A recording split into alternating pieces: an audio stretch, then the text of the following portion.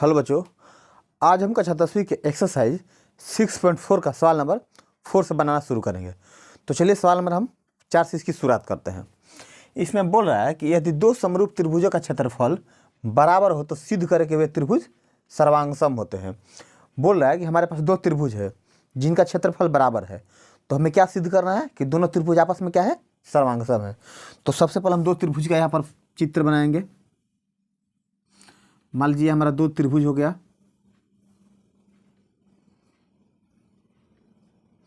इसका नाम है ए बी सी, इसका नाम हो गया पी क्यू आर। ये दोनों त्रिभुज है हमारा जो कि आपस में समरूप है, क्योंकि सवाल बोल रहा है, बोला सिद्ध हमें यह करना है कि अगर इनका क्षेत्रफल बराबर है तो ये दोनों त्रिभुज आपस में सर्वांगसम है। तो चलिए सबसे पहले जो दिया है वो लिख लेते हैं। हमें दिया क्या है,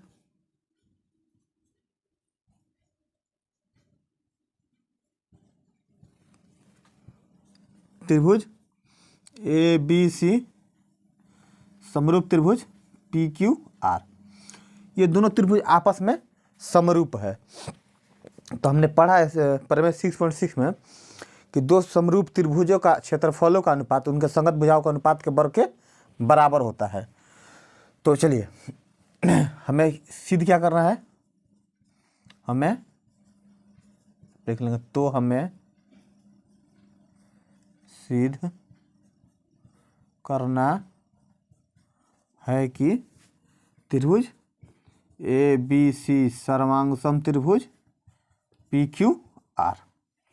चलिए हम यहाँ पर सिद्ध करना शुरू करेंगे।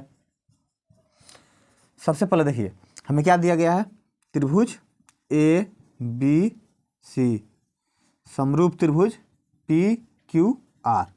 हमने ये कहाँ से लिया है, ये सवाल में दिया गया है कि दोनों त्रिभुज आपस में क्या है, सर्वांगसम है, समरूप है। तो जब समरूप त्रिभुज है तो प्रमेय में हमने क्या पढ़ा है कि दो समरूप त्रिभुजों के क्षेत्रफलों का अनुपात उनके संगत भुजाओं के अनुपात के वर्ग के बराबर होता है। तो हम इसको लिखेंगे एरिया ऑफ त्रिभुज ए बी सी बाटा में एरिया ऑफ त्रिभुज पी क्यू आर बराबर संगत भुजा क्या हो जाएगा, इसका ए बी, इसका ए बी, इसका क्या हो जाएगा पी क्यू का वर्ग बराबर इसका बी सी, इसका क्यू आर का वर्ग बराबर इसका ए सी, इसका पी आर का वर्ग। अब देखिए बोला कि दोनों त्रिभुजों का क्षेत्रफल बराबर है, तो जब क्षेत्रफल बराबर है तो हम इसको कटा देंगे, एक बार में कट जाएगा। तो क्या जाएगा, 1 is equal to A B बटा में पी क्यू का होल स्क्वायर बराबर बी सी बटा में क्यू आर का होल स्क्वायर बराबर ए सी बटा में पी आर का होल स्क्वायर। हमने ऐसा क्यों लिखा है, क्योंकि दोनों त्रिभुज का क्षेत्रफल क्या किया है, हमें बराबर दिया गया है। और जब दोनों का क्षेत्रफल बराबर है तो कटा ही सकते हैं हम। जैसे मान लीजिए पहले वाला त्रिभुज का क्षेत्रफल 4 है और इसका भी 4 है, तो 4 कटाएंगे तो हमारा एक ही तो आएगा। तो हमने यही किया है, दोनों का क्षेत्रफल बराबर है तो हमने इसको कटा दिया है। अब देखिए यहाँ पर हम जरूरी नहीं कि ये लिखेंगे स्क्वायर, क्योंकि स्क्वायर हम यहाँ पर स्क्वायर देके एक एक से कटा भी सकते हैं। तो हम इसको ऐसे भी लिख सकते हैं, ए बी बटा में पी क्यू बराबर बी सी बटा में क्यू आर बराबर ए सी बटा में पी आर। हम अगर एक का स्क्वायर यहाँ पर रखेंगे तो इसका स्क्वायर कट जाएगा, तो एक बराबर ए बी बटा पी क्यू हो जाएगा ना। जैसे मान लिया हमारा पर एक का स्क्वायर हो गया बराबर, यहाँ पर लिखा गया है ए बी बटा में पी क्यू का स्क्वायर, तो स्क्वायर हमारा क्या हो जाएगा, कट जाएगा। तो एक बराबर ए बी बटा पी क्यू है, तो हमने यहाँ पर यही किया है। अब देखिए हम क्या करेंगे, बारी बारी से तीनों भुजा को बराबर करेंगे। ये यहाँ पर करते हैं, देखिए जैसे एक बराबर पहले इसको लेंगे, फिर इसको लेंगे, फिर इसको लिख लेंगे। तो चलिए अगर यदि 1 इज इक्वल टू क्या हो जाएगा हमारा ए बी बटा पी क्यू, तो लिखेंगे ए बी बटा में पी क्यू। और इसको अगर हम बाई सी एम करेंगे तो क्या हो जाएगा हमारा ए बी बराबर पी क्यू।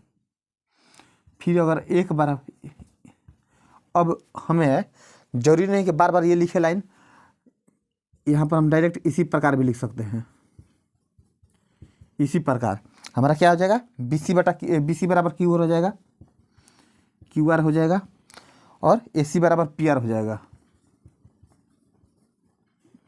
क्योंकि हम 1 के बराबर में इसको रखेंगे। जब बाई CM करेंगे तो हमारा भी BC बराबर QR आएगा। फिर 1 के बराबर हम क्या रखेंगे, AC बटा PR रखेंगे।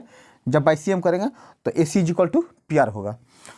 अब देखिए तीनों भुजा हमारा बराबर हो गया। इस त्रिभुज के दोनों संगत भुजा क्या है, दोनों त्रिभुज के बराबर हो गए। इसका AB, इसका PQ, इसका BC, इसका QR, इसका AC, इस त्रिभुज का AC और इसका PR आपस में क्या है, बराबर है। तो जब त्रिभुज के दोनों त्रिभुज का तीनों भुजा बराबर हो तो हम कौन सा सर्वांग समता लगाते हैं, S भुजा भुजा भुजा सर्वांग समता से।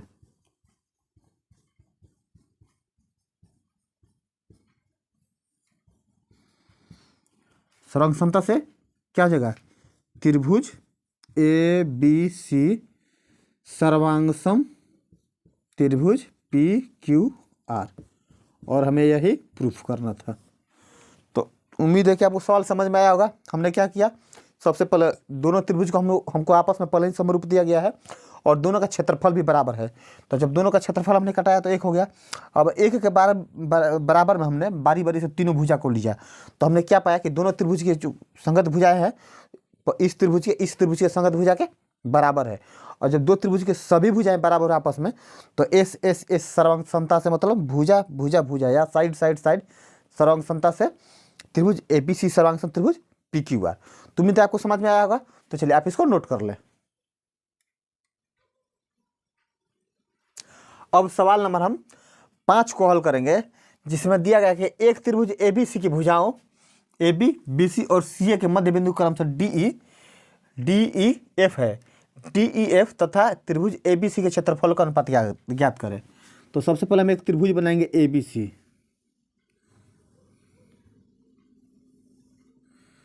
मान लो कि ये हमारा त्रिभुज A हो गया, ये हमारा B हो गया और इसी हमारा C हो गया। अब बोला है कि AB का मध्य बिंदु कौन सा है, D है। तो AB का मध्य बिंदु क्या हो जाएगा, हमारा D हो जाएगा। ऐसे ही BC का मध्य बिंदु क्या है, E है। तो BC का मध्य बिंदु हमारा क्या हो जाएगा, E हो जाएगा। ऐसे ही AC कहाँ है भाई, AC का मध्य बिंदु क्या है, F है। तो इसका मध्य बिंदु क्या हो जाएगा, F हो जाएगा। अब बोला है कि त्रिभुज DEF मतलब इन तीनों भुजाओं को क्या करेंगे, हम मिला देंगे। अब ये एक त्रिभुज बन गया, DEF एक त्रिभुज बन गया। अब बोला है कि त्रिभुज ABC और त्रिभुज DEF के क्षेत्रफल का अनुपात ज्ञात करें कि किस अनुपात में ये हमारा क्षेत्रफल है। तो चलिए 1 मिनट यार, लाइट चला गया, सॉरी बच्चों, लाइट चला गया था। देखिए इसमें बोल रहा है कि AB का मध्य बिंदु D है, BC का मध्य बिंदु E है और AC का मध्य बिंदु F है। अगर इन तीनों बिंदुओं को हम मिलाते हैं तो एक त्रिभुज बनता है। तो बोला है कि त्रिभुज ABC और त्रिभुज DEF के क्षेत्रफल का अनुपात ज्ञात करें। तो सबसे पहले जो दिया है उस ओ लिख लेंगे। हमें दिया क्या गया है सवाल में कि बिंदु DEF भुजा D किसका है, AB, E किसका है, BC और AC का मध्य बिंदु है।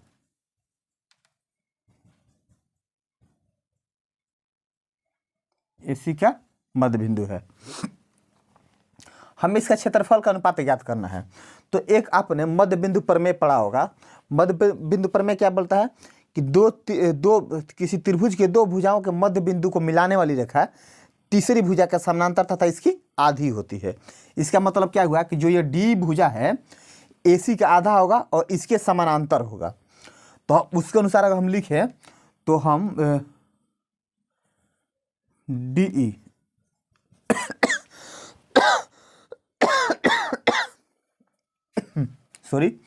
DE को क्या लिख सकते हैं हम, इसका आधा लिख सकते हैं AC बटा में 2। तो DE बराबर क्या हो जाएगा हमारा 1/2 AC लिख सकते हैं ना। AC के इसका आधा ही है तो AC में हम 2 से भाग करेंगे तो ये आधा आ जाएगा और समानांतर तो है ही। ऐसे ही DE हो गया हमारा। अब इस बार हम DF को लेंगे। डी एफ बराबर क्या हो जाएगा, ये इसके समानांतर हो गया ना, तो क्या हो जाएगा 1/2 BC, मतलब हम BC में 2 से भाग करेंगे। ऐसे ही अब इस बार क्या लेंगे हम, EF लेंगे। तो EF बराबर क्या हो जाएगा हमारा, EF बराबर हो जाएगा 1/2 AB, 1/2 AB। ये कैसे, तो मध्य बिंदु प्रमेय से।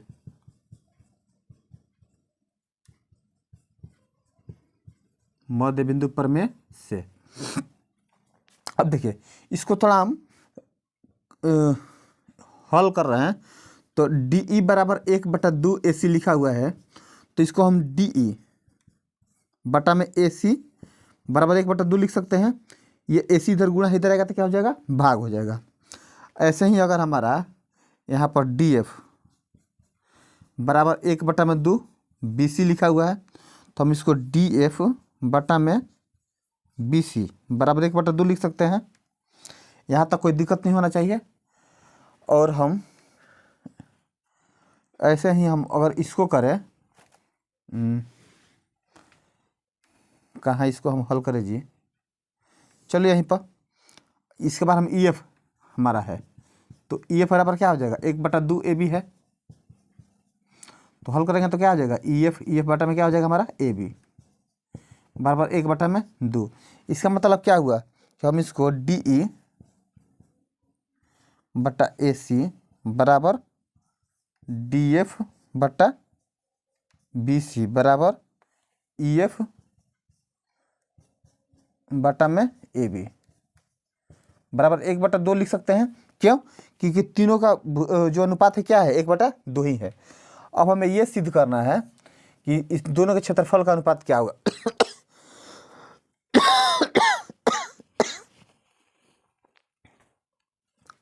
अब देखिए इन दोनों त्रिभुज में देखिए जो DE है, DE किसके है, समानुपाती AC के है, DF किसके है, DF किसके है, हमारा BC के है, और EF क्या है हमारा, EF क्या है, AB के बराबर है। तो देखिए इस त्रिभुज के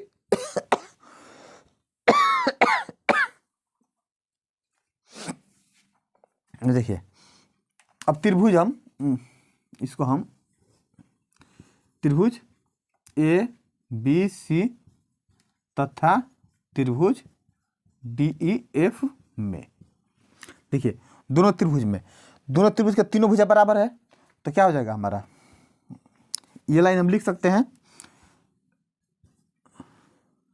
DE बट्टा AC बराबर DF बट्टा BC बराबर EF बट्टा में AB लिख सकते हैं हम। तो तीनों जब भुजा बराबर हो गया तो S समरूपता से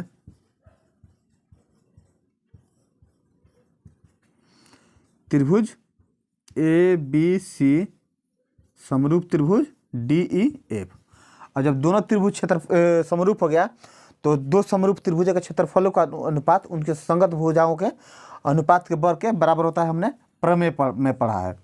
तो इसके अनुसार क्या हो जाएगा हमारा, एरिया ऑफ त्रिभुज ABC बटा में एरिया ऑफ त्रिभुज DEF बराबर क्या हो जाएगा हमारा, AB बटा में DE का होल स्क्वायर बराबर BC बटा में EF का होल स्क्वायर बराबर AC बटा में DF का होल स्क्वायर।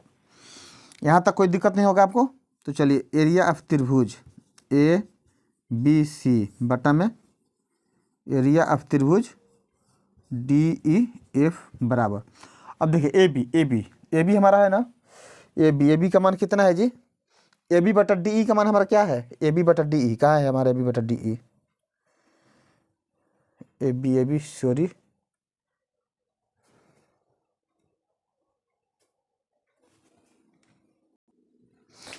हमसे थोड़ा सॉरी गलती हो गया है, हमने त्रिभुज के नाम लेने में ही गलती कर दिया है। देखिए यहाँ पर हमें छोटे त्रिभुज के बड़े त्रिभुज में लेना था, लेकिन हम पहले बड़े त्रिभुज को ले लिए हैं, सॉरी।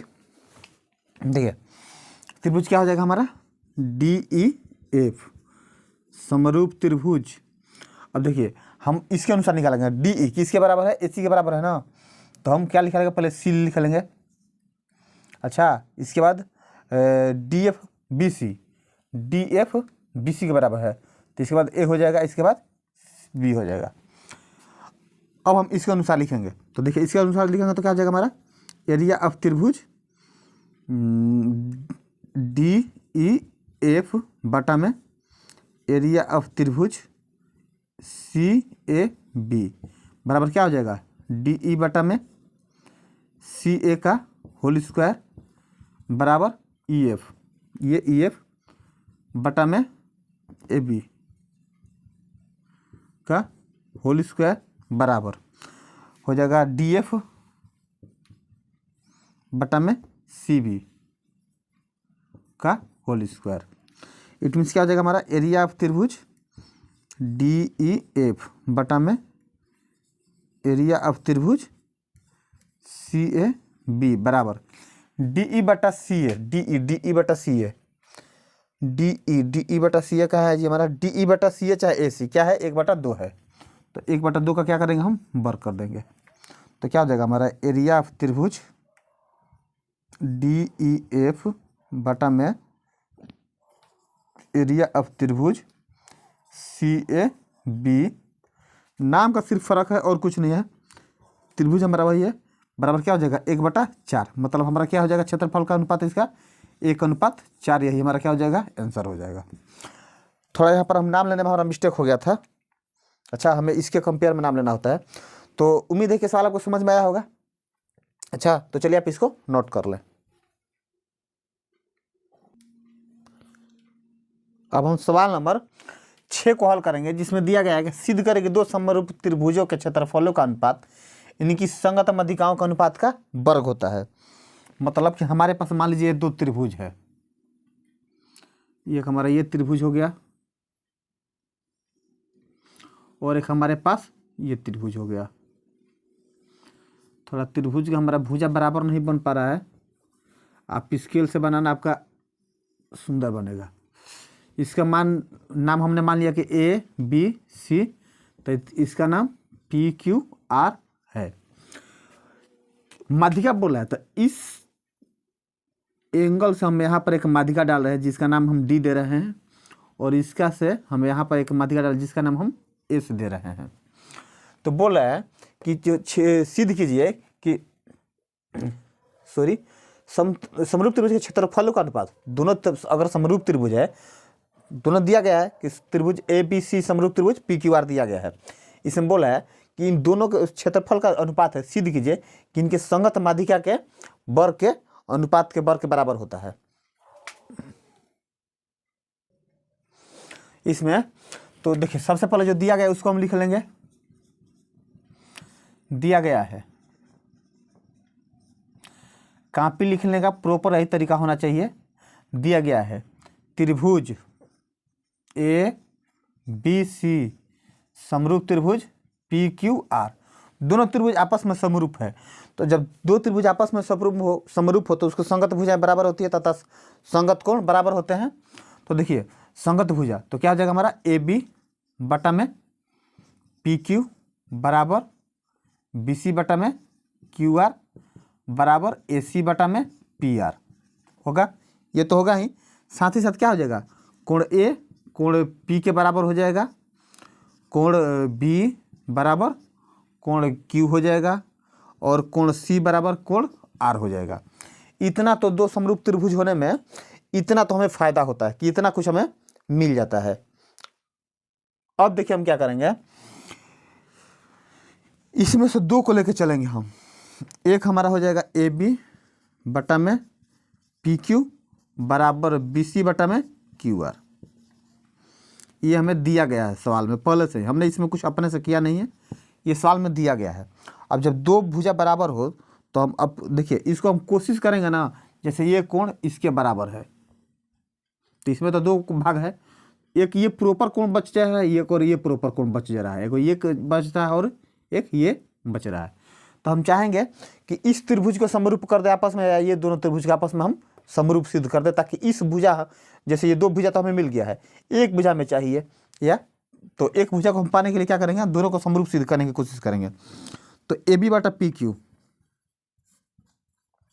बराबर बी सी है ना, बी सी में अगर हम 2 से भाग कर दें तो नीचे भी क्यू आर में भी हमें 2 से भाग करना पड़ेगा, क्योंकि जो भी करेंगे हम दोनों में करेंगे अंश तथा हर में, ताकि हमारे मान पर प्रभाव न पड़े, मान हमारा सेम आए। अब क्या करेंगे हम, देखिए अंश तथा हर में क्या किया हमने, 1/2 से भाग कर दिया, तो इसके मान पर तो प्रभाव पड़ेगा नहीं, फायदा जरूर हमें होगा, जो हम चाहते थे वही हमें हो गया। ए बी बटा पी क्यू बराबर, अब देखिए बी सी में 2 से भाग किया, मतलब बी सी का आधा, इस बी सी का आधा क्या होगा, या तो हम बी डी लिख सकते हैं या हम डी सी लिख सकते हैं। तो अगर हम इस त्रिभुज को लेकर चलेंगे, त्रिभुज ए बी डी को, तो बी डी ले लेंगे, लेकिन जब त्रिभुज ए सी डी को लेकर चलेंगे तो हम डी सी ले लेंगे। हम त्रिभुज ए बी डी को लेकर चल रहे हैं, तो यहाँ पर बी सी का आधा क्या ले लेंगे, हम बी डी ले लेंगे मेन बटा। अब देखिए ऐसे हैं क्यू आर, क्यू आर में क्या ले लेंगे हम, क्यू एस ले लेंगे। अब लेने का क्यू एस फायदा ये हुआ कि इस दोनों त्रिभुज में, त्रिभुज ए बी डी तथा त्रिभुज पी क्यू एस में दो भुजा में बराबर मिल गए, एक ए बी पी क्यू के और बी डी क्यू एस के।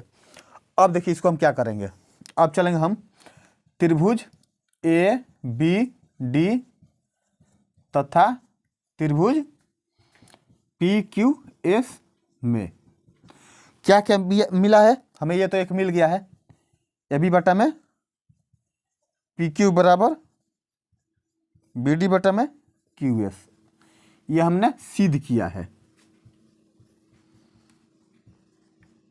और एक हमें चाहिए कोण बराबर या कोई एक और भुजा, तो देखिए इन दोनों त्रिभुज में हमारा कोण 20 है, उभयनिष्ठ कोण। तो देखिए दोनों में कौन, सॉरी उभयनिष्ठ बोल रहे हैं, दोनों कोण बराबर है, कौन कौन, कोण बी कोण क्यू के बराबर है, कोण बी बराबर कोण क्यू, ये हमें दिया गया है सवाल से ही।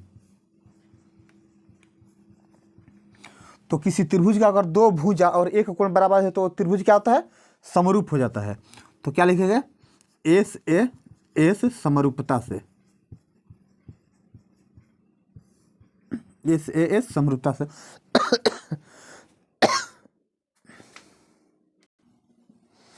एस ए समरूपता से आ जाएगा त्रिभुज हमारा, त्रिभुज ए बी डी समरूप त्रिभुज पी क्यू एस।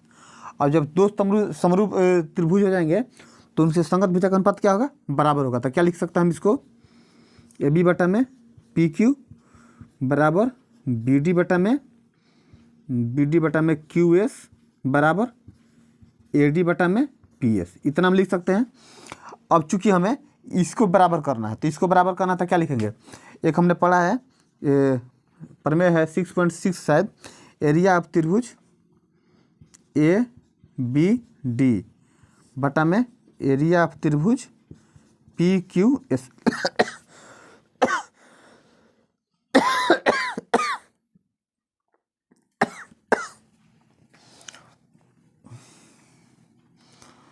नहीं, इसको इतना ही छोड़ते हम, इसका काम ही नहीं है,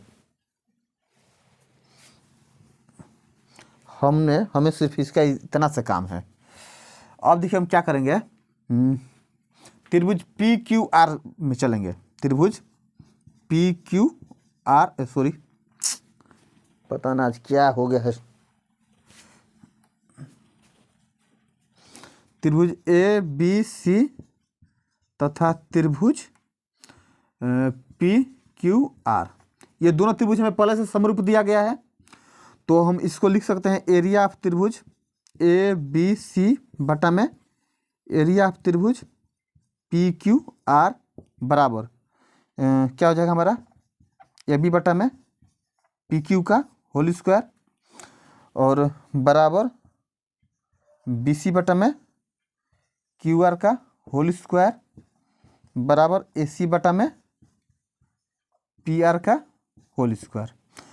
एक बात देखिए यहाँ पर हम और लिख सकते हैं, अच्छा चलिए हम आपको समझा ही दे रहे हैं, एरिया ऑफ त्रिभुज ए बी सी बटा में एरिया ऑफ त्रिभुज पी क्यू आर बराबर ए बी बटा पी क्यू। ए बी बटा पी क्यू को हमें क्या लिखना है, हमें इसके माध्यिका का वर्ग करना है। तो देखिए ए बी बटा पी क्यू के बराबर हम क्या लिख सकते हैं, माध्यिका ए डी बटा पी एस है ना, तो इसके बराबर ये है और इसके बराबर ये है, तो इसके बराबर ये हो सकता है। तो ए बी बटा पी क्यू के बदले में हम क्या लिख सकते हैं यहाँ पर, ए डी बटा में पी एस का होल स्क्वायर। हमें यही प्रूफ करना था। हमने लिखा कैसे है, तो हम लिख दे चूँकि ए बी बटा में पी क्यू बराबर ए डी बटा में पी एस हमें दिया गया है, तो हमें यही प्रूफ करना था। तो चलिए, उम्मीद है आपको सवाल पूरा समझ में आया होगा। तो आप इसका स्क्रीनशॉट ले लें।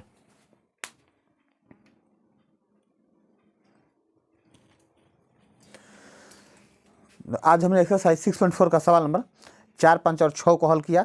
इसके बाकी के जो सवाल बचे हैं 2-3, वो हम इसके बाद हल करेंगे।